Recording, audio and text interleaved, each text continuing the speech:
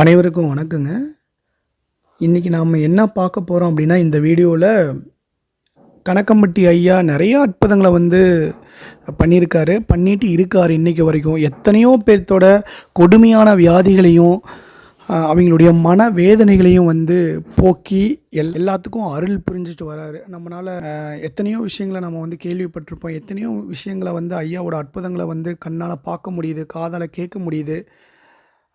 அந்த வகையில் பார்த்தீங்க அப்படின்னா, இப்போ இன்றைக்கி நாம் இப்போ பார்க்க போகிற ஒரு அதிசயம் என்ன அப்படின்னா, ஒரு அற்புதம் என்ன அப்படின்னா, ஐயா ஒரு வலிப்பு நோயாளியோட நோயை எப்படி குணப்படுத்தினார் அப்படிங்கிறத நம்ம இந்த வீடியோவில் நம்ம பார்க்க போகிறோம். பார்த்தீங்க அப்படின்னா, ஒரு அம்மா பாலசமுத்திரம் அப்படிங்கிற ஊர்லேருந்து ஒரு அம்மா என்ன பண்ணுறாங்க அப்படின்னா ஐயாவை பார்க்க வராங்க.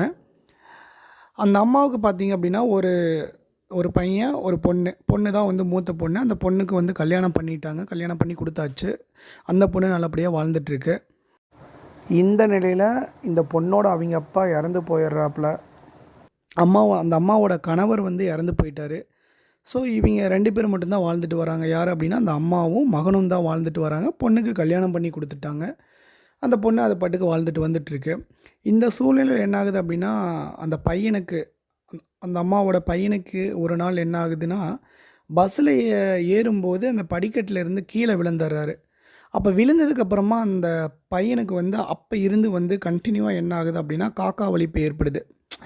அந்த வலிப்பு நோய் இருக்கும் இல்லையா, அது அப்பப்போ வருது. தனியாகவும் எங்கேயும் விடவும் முடியல. குளிக்க போனால் கூட பாத்ரூம்லேயே பார்த்தீங்க அப்படின்னா வலிப்பு நோய் ஏற்பட்டு கீழே விழுந்துடுறாப்புல. இந்த மாதிரியான ஒரு கண்டிஷன் தான். இந்த அம்மானாலையும் பார்த்தீங்க அப்படின்னா, வேலைக்கு போனாலும் அந்த எண்ணம் முழுவதுமே தன்னுடைய பையன் மேலே தான். வீட்லேயும் விட்டுட்டு போனாலும் அந்த பையன் எப்படி இருப்பானோ என்னவோ, எந்த நேரத்தில் என்ன ஆகுமோ அப்படிங்கிற அந்த பயத்திலேயே ஒவ்வொரு நாளும் அந்த அம்மா வேலைக்கு போகிறாங்க. இப்படி இந்த சூழ்நிலையில் என்ன ஆகுது அப்படின்னா, ஒரு நாள் கணக்கம்பட்டி ஐயாவோட மகிமையை தெரிஞ்சு என்ன பண்ணுறாங்கன்னா, ஐயாவை பார்க்க வராங்க. அப்படி அப்படி அப்படி வரும்போது ஒரு நாள் ஐயா அந்த அன்னைக்கு என்ன பண்ணிகிட்ருக்காரு அப்படின்னா கொள்ளு பருப்பு சாதத்தோடு எல்லாத்துக்கும் உருண்டை பிடிச்சி கொடுத்துட்ருக்காரு.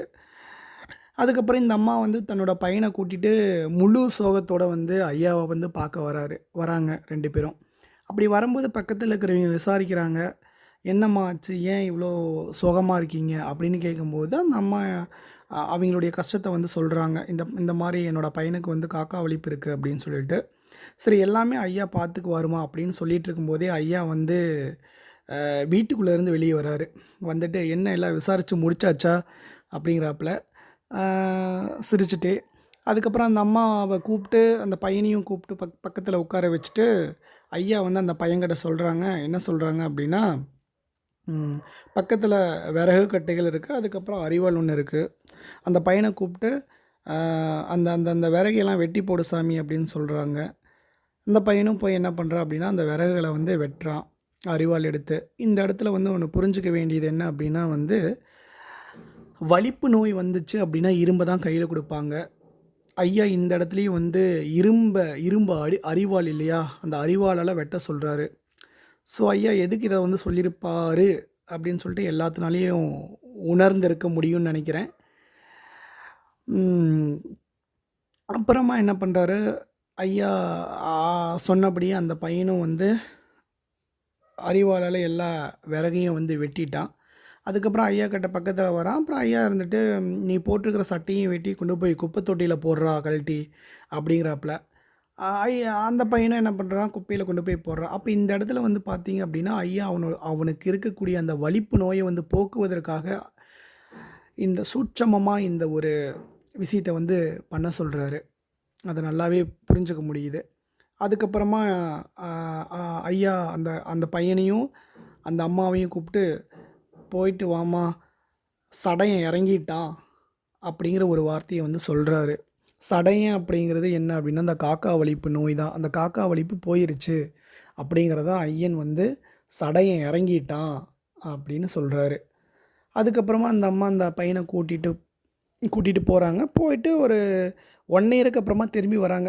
ஒரு 1 இயருக்கு அப்புறமா அந்த பையனுக்கு இருக்கக்கூடிய நோய் பரிபூரணமாக குணமாகி திருமணமாகி ஐயாவோட ஆசையை பெறணும் அப்படிங்கிறதுக்காக என்ன பண்ணுறாங்க அப்படின்னா, குடும்பத்தோட ஐயாவை தரிசனம் பண்ணிட்டு போகிறாங்க.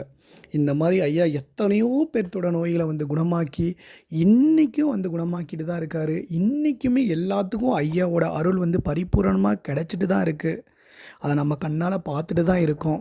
ஸோ நீங்களும் ஐயாவோட அருளை வந்து பரிபூரணமாக பெறணும். ஐயாவோட கிருபை வந்து எல்லாத்துக்கும் கிடைக்கணும். ஐயாவோட அருள் எல்லாத்துக்கும் வந்து இந்த வீடியோவின் மூலமாக கிடைக்கணும் அப்படின்ட்டு கணக்கம்பட்டி ஐயாவை வேண்டிட்டு இந்த வீடியோவை நான் முடிச்சுக்கிறேன்.